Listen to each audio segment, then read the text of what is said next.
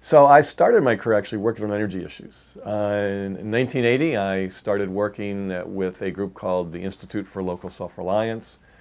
It's a nonprofit group working on energy policy in Washington, D.C. What I learned there was that I enjoyed working on the issues, but I really didn't want to be working in Washington, D.C. I wanted to be working at a grassroots level. I wanted to be working in the community within which I lived. I then spent a number of years. I went back to college, went back to graduate school. I earned a Ph.D. in environmental and land use planning. And in particular, I did research on what are the economic impacts of environmental regulations. I looked at the impacts of flood control regulations. I worked for a few years as the coordinator of environmental programs for Association of Governments in Baltimore, and then moved out to Arizona in 1992. With an interest in how can we best manage our growth and our natural resources to have long-term reliability, I got involved in water. Seemed like the obvious issue to get into, and spent most of my career, or much of it, a decade, as the assistant director for the Arizona Department of Water Resources. I left that position in 1995, left that position in 2005 and went to Arizona State University. They were just starting their new program in sustainability, and I was what they called a professor of practice. My job was to take the work that was being done by researchers and translate that into usable skills and tools for practitioners, and to take the issues that practitioners like myself were trying to deal with for Arizona and turn that into the types of questions that researchers at the university could get funding to answer. So I spent 4 years at the university, and then 5 years ago I left and I joined the Sonoran Institute. The Sonoran Institute had a joint venture with the Lincoln Institute of Land Policy, and we have an office in Phoenix, which is where I've worked the last 5 years, directing the Western Lands and Communities program. So for that, we worked throughout the West, and our work was focused on helping communities shape their growth, sustain cities and regions, empower communities. Let me start with that. So I started working with the Sonoran Institute in 2009. And partly, in large part, what drew me to the Sonoran Institute was it's a group that was well known as being able to work with anyone. The organization started in Tucson about 22 years ago and has been highly successful at bringing together all interest, from ranchers to farmers to environmentalists to federal bureaucrats to state agencies, local government, realtors, literally bringing everyone together to sit down and say, how do we find long-term sustainable solutions? The work I've done has been to manage our Western Lands and Communities program. We focus on managing growth, sustaining cities, protecting resources, and empowering communities.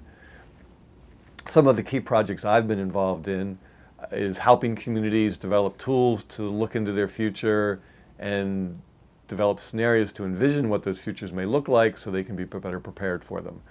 I've also worked on looking at what we called arrested or zombie subdivisions.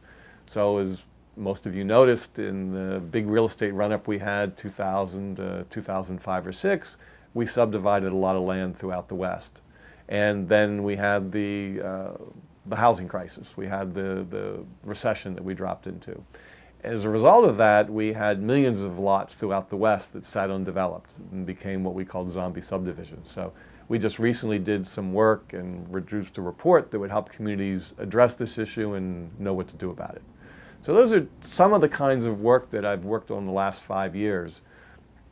What I bring to the Commission is a combination of expertise in water, background in utility economics, and an approach of how we bring people together to find common ground to address our issues. To me, these are the key kind of skills we bring to the Commission.